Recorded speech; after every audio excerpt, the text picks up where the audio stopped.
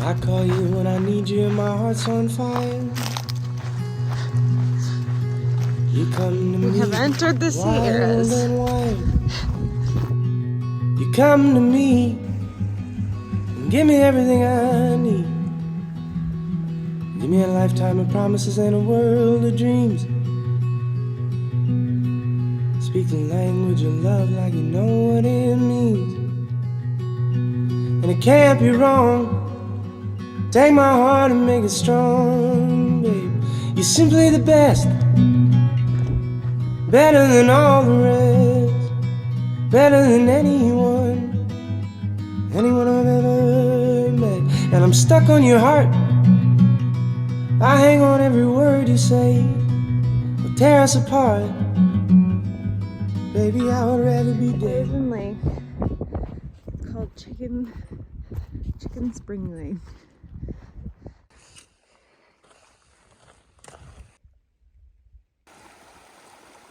Go, go, go!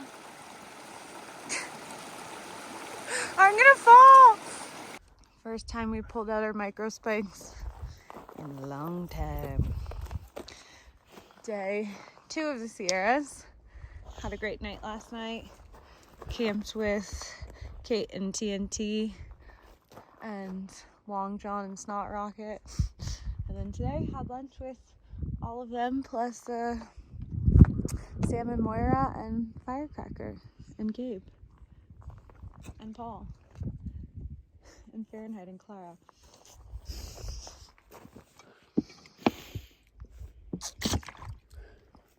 Pretty nice view. Okay. Just came down here and it's as terrifying as it looks. This fucking post-holing and oh god, it was really not good. Made me really want to question if I want to do Whitney. I need to sit down with food and assess. My knees were hurting. My thing is, like, I know I could do Whitney. I just don't want it to be something that interferes with this. So if I was to hurt myself or just even twist an ankle or something, because I'm not really experienced in mountain stuff, like, then it could ruin the rest of this. And because it's technically not even on the trail, I don't know. Hi guys, we are hiking towards how pretty it is, the Whitney Junction. So we only have like a few miles left, basically to decide whether we're gonna do Whitney or not.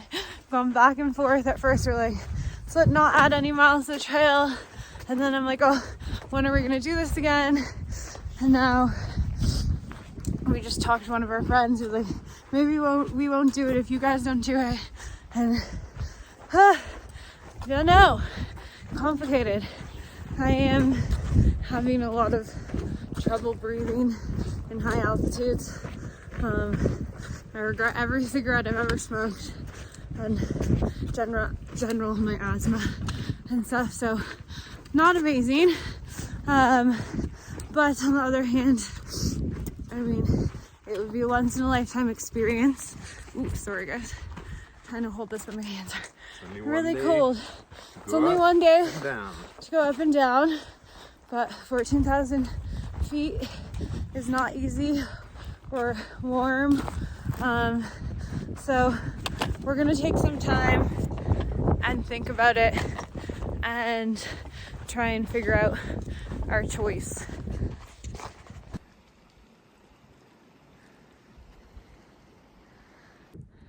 The ranger station.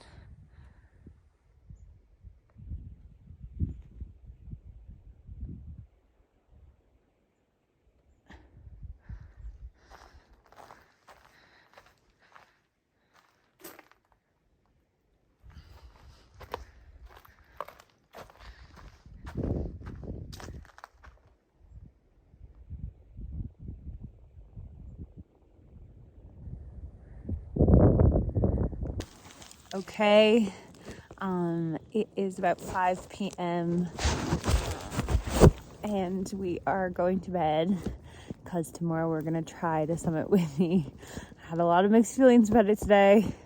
Almost bailed out, but I think I need a good night's sleep, which hopefully I'll get. And then hopefully we'll get to hike up. We're gonna wake up around 1 to hopefully be near the top when the sun rises. Take lots of beautiful photos and video. And yeah, excited for, we'll be hiking when it's cool out, so it will be nice cold. Gab is saying cold out, but it will be nice because then we won't overheat. And then hopefully if we're up by sunrise, we can be back by around 10-ish and hopefully still get the 7 miles in that we need to get to Forester's Pass for tomorrow. So, or for the next day, sorry. So wish us luck. Hopefully this isn't our last goodbye. Gab, do you want to say anything? No, he just turns the other way. Hello. I was wondering if I was taking my passport tomorrow to summit to identify my body, or do I save the weight and letting the passport in? I think we can leave it. I think they'll identify you by your big nose. Me too. Good nose twins. Okay, bye guys. Okay, woke up very early to try and do Whitney for sunrise. I mean, I don't think we're gonna now be at the summit for sunrise because we couldn't sleep, and oh god, we didn't sleep. We even tried to cuddle on the same air mattress because we thought that would help, but it was just, we were, I think, nervous and lots of things. And then we finally get ready to go, get our stuff from the bear box, and Gab tries to cross and he falls his foot in the water. So not the best start, but hopefully from here it's gonna be okay. It's about 2 a.m.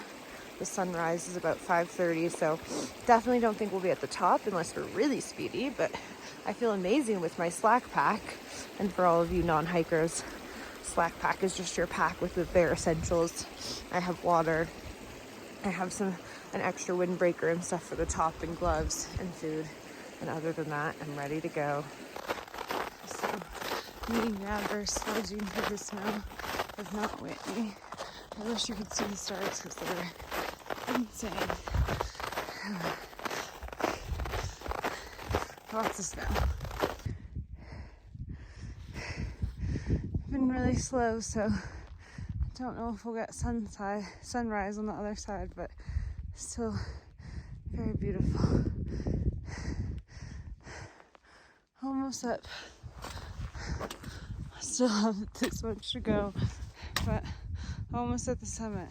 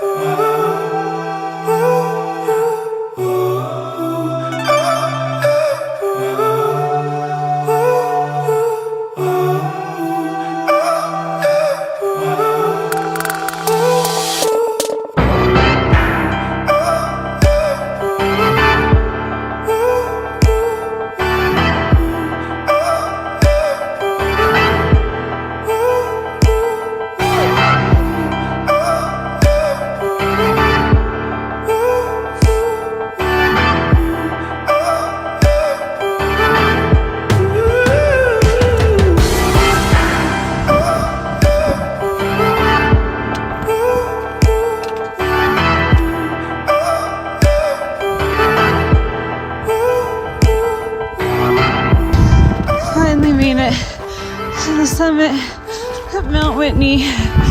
Oh god, it was long, cold, hard path, but We're here and I feel like crying. So happy. It was really hard and cold. And it's worth it though. Here we are, top of Mount Whitney. Made it up here. Woo!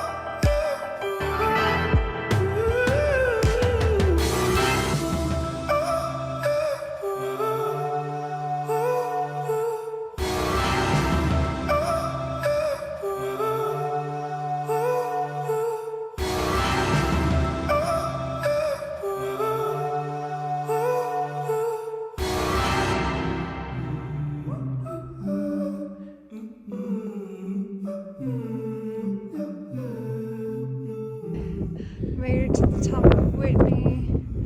So proud we left at about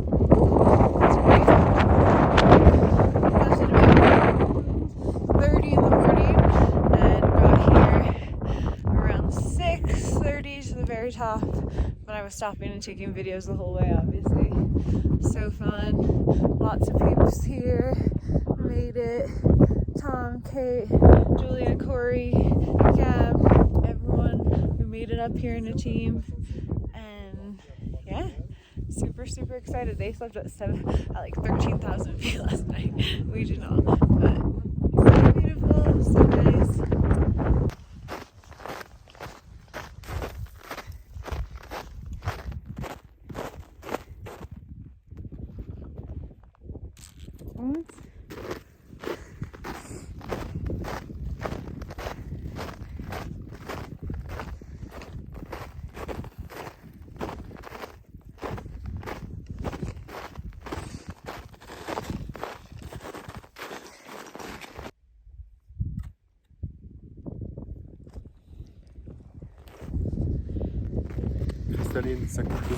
Well, we survived Whitney. Still walking down from it, but it was fucking hard, but it was good. I feel so bad for Gab because he put his foot in the water this morning, so I can only imagine how cold he was because it was fucking cold. Look where I am right now. It's insane. And yeah, it was fucking hard. One of the hardest things I've ever done, not gonna lie. But every time I felt like giving up, I thought of my grandparents. I had some stellar grandparents, 2 Holocaust survivors, 1 war hero / like just good soul, and my grandma, one of the strongest women I've ever met, orphaned kind of. Her dad wasn't really there and took care of all of her sisters and brothers and made something of herself. And so all of them went through so much shit in their life. And they've always, all 4 of them have all taught me to be persistent and to never give up. And I think that's like the best quality you can have. My grandfather, survivor of a war camp. So, I mean, if he can do it, I can do whatever. So that is always constant inspiration. And yeah, I mean, not comparing this mountain to a war camp, there's no comparison, but just in general, when I feel like giving up, when times are tricky or hard, I'm like, you know what? No, I'm made from stronger stock. I'm made from the strongest stock, actually. Anyway, so now we're here. Let me show you. Dad's walking. I think it's this way, baby, where all the tracks are. I can't believe we did this in the night.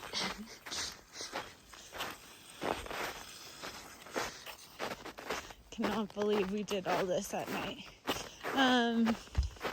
But it was kind of good because I couldn't really see how steep things were, so I was like less scared than if maybe I had seen everything, which is good. And I was just like so tired that I just like kind of was in like this mode where I wasn't even noticing miles go by, so that's something. The only thing is, this morning I was so tired that, like always our whole trip, we've filtered all of our water in our water bottles, but as there's so much water in the Sierras, we started using our second type of, we brought 2 types of water filters on this trip, as I think I showed you in my gear video, a gravity filter and a Sawyer squeeze. We hadn't really used the Sawyer squeeze much, just because in the desert we were usually filtering for a long haul. But so this time, Gab has started to put some unfiltered water in a bottle and just drink using the Sawyer squeeze. But I didn't think about that at night, and so I drank my Aleve. Like, I took my Aleve this morning for my knee as we were climbing up a mountain with the unfiltered water. And now I'm really scared that I'm going to be sick. I feel sick right now. But it could have just been like no sleep. We haven't ate anything. We climbed the highest mountain in the US. Didn't drink or have much water. So it could be those things, high altitude sickness, all of those things. I'm hoping it's not the water, because that could be a long, at least a 48-hour thing. So I'm hoping it's not that. It was like a pristine alpine stream that was flowing, and I took literally the tiniest sip. So I really hope it's not that. Well, stay tuned.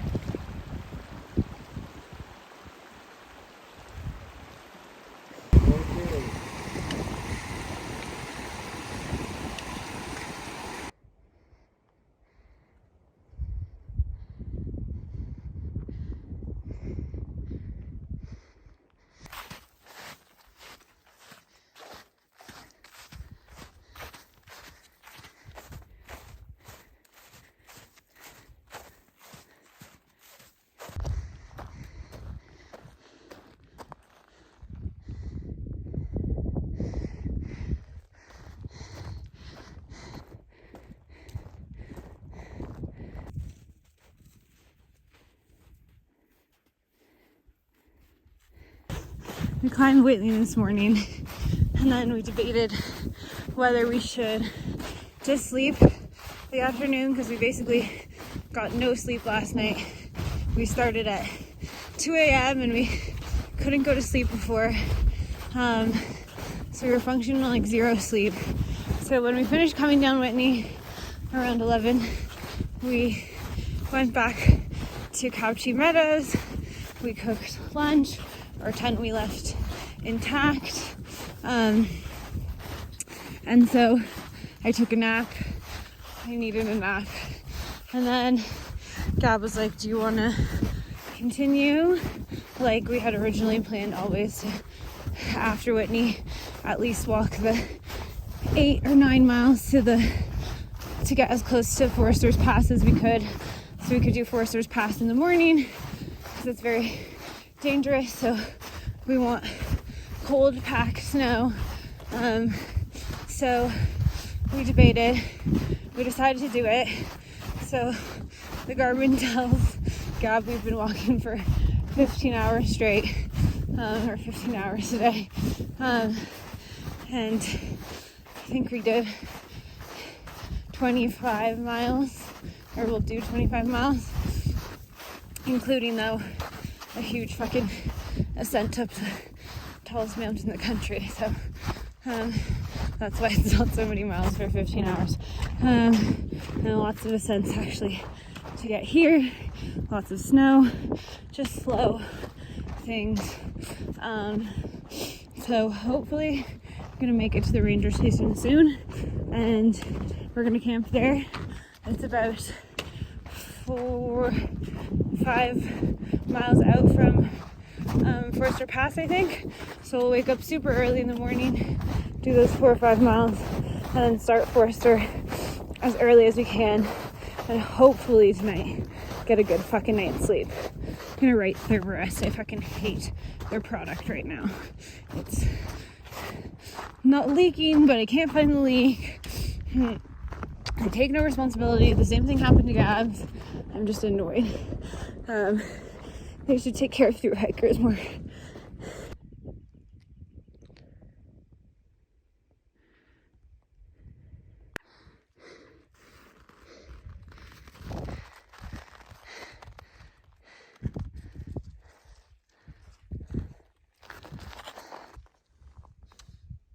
Just made it through Forester Pass.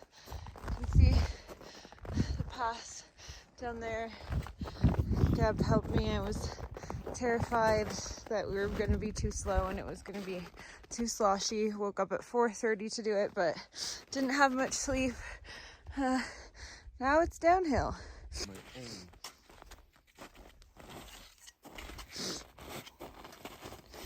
Okay.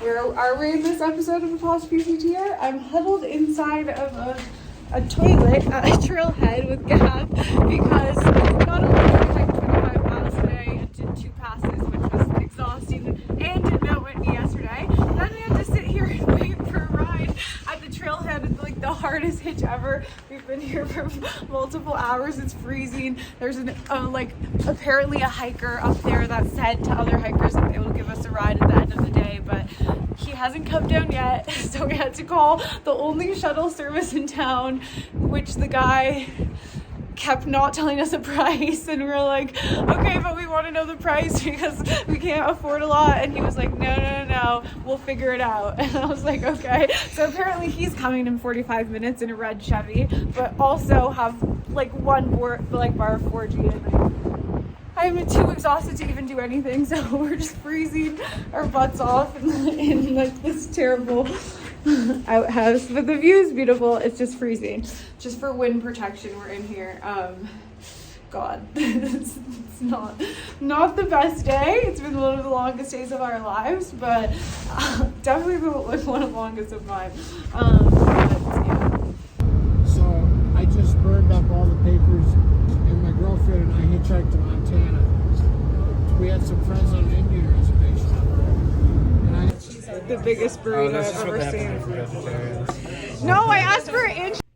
Just arrived at the hotel and I have these weird things under my eyes. I think I'm being too high up on the mountains and not wearing sunglasses the whole time. But Gab and I just arrived at Bishop Inn. Oh God, today was the longest day of my life for sure. Within 24 hours, we summited Whitney, walked 10 miles to a camp, then woke up, summited Forester's Pass and Cursagen Pass, 2 huge passes in one day, plus Mount Whitney. So I'm fucking exhausted. Then we finally arrive on the 7, basically to get to Bishop, which is a town you have to resupply in. You have to go 7 miles off trail. We did 7 miles after the pass to get down to this fucking town because nothing's open to send a resupply boxes to yet. And basically waited for like 6 hours for someone to give us a ride. We thought that a hiker was coming down from up top because he had told other hikers he was, but no one ever came. We had to pay someone to take us, waited in the cold, finally got to Bishop way later than we thought at like 8 p.m. Ate food, had some margaritas with Sam and Mariah and Paul are friends and staying at Bishop Inn. Took my first shower in 7 days and it was so nice. Yeah, mentally exhausted, physically exhausted. I don't think I could get any more tired than I have been today. So we'll see. Apparently Mammoth got a huge amount of snow this past week and that's where we're walking into for the next 10 days. So I want to make sure I'm well rested, even considering a 00, because we walked, did 23, 24, 25 miles in the Sierras. Well, not what I was expecting. I thought I was going to do 15. So, yep.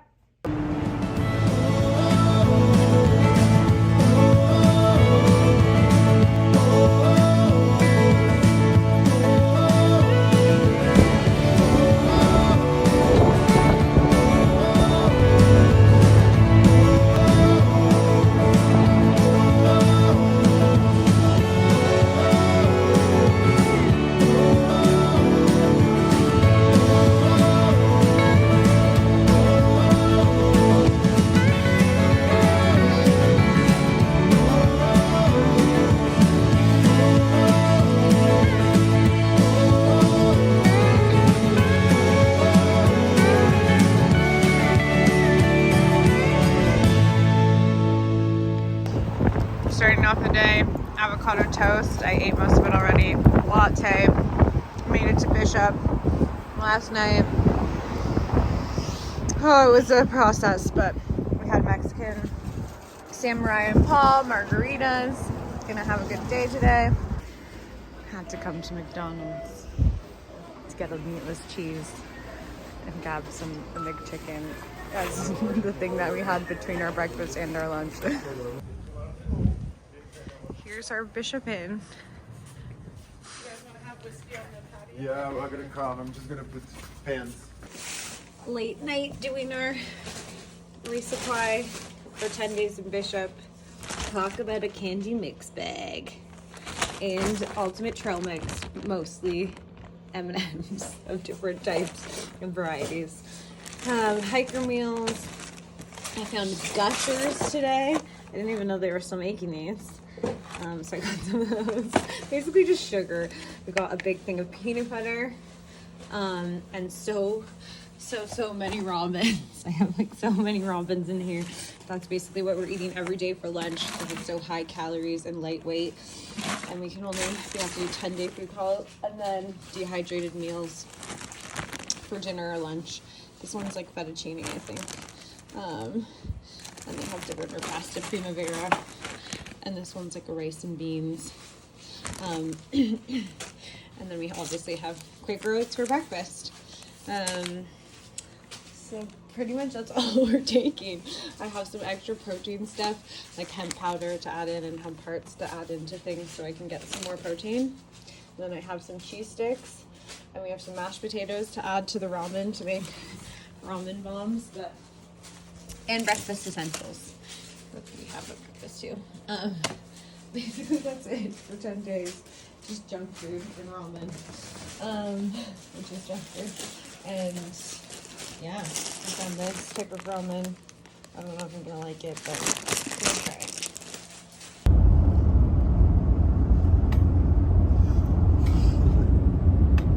Have you seen any deer? Not many deer actually. We saw some coming down the road the other day. Yeah, down from Onion Valley. They're just starting to go back up. They come in here for the winter. Yeah. They're heading back up. Yeah, we saw a few in the desert, but not in the Sierras yet. We woke up one morning. Backpack. Yeah. That's funny. Our dogs do that. They do that. They have their own backpack with food and drinks. Yeah, And the funny thing is when you're doing a stream crossing, the cat, if she's down walking, will halfway across the stream, if it's not super wide, she'll jump on top of the dog and then jump to the other. Smart. It's a teamwork. So we just had the nicest, most sweet, normal hitchhike. It was an older couple who wasn't even like going in this direction and drove us an hour out of their way to get us to the trailhead. They were so sweet. And then we arrive at this beautiful campsite that has so many campsites, pit toilets, campfires, everything. And we're all deciding to sleep in the toilets just because it's windy and nobody's here. So it's like a little shelter. But yeah, there's so many beautiful, it's Onion Valley Trail Camp. There's bear boxes, there's pit toilets, there's everything. So all these beautiful campsites. And we're choosing the toilet in the distance. But it will be so wind protected that it's worth it. We're gonna have a good night's rest. And tomorrow I'll wake up and walk the 8 miles back to trail, and then hopefully walk a few more miles. So this is our lodging of choice. This toilet, but it actually smells good for a pit toilet. It has air wick stuff, so it doesn't smell so bad. We have some cool neighbors. This is our house. We have matching accommodations. Gab found a makeshift broom to take all the dirt from the floor. Until you guys have slept in the winds, the California winds, you can't judge. You don't know if you would sleep on the floor of a dirty toilet until you've tried. Eating ramen in the stoop of a toilet. Not a bad view though. Pretty. Here we are in the bathroom, getting ready to close up shop for the night. Gab, close the door. I washed my hat, so it's a little bit like wrinkly. I didn't mean to wash it, it's wool, but we just found out we could have a storm at some point when we're up in the mountains, so we're freaking out a bit, trying to get our last good night of warm, windless sleep on the floor of the toilet. We've slept in worse places, honestly. Close the door. Close the door. Yeah. Ooh, cozy. Cozy, cozy, cozy.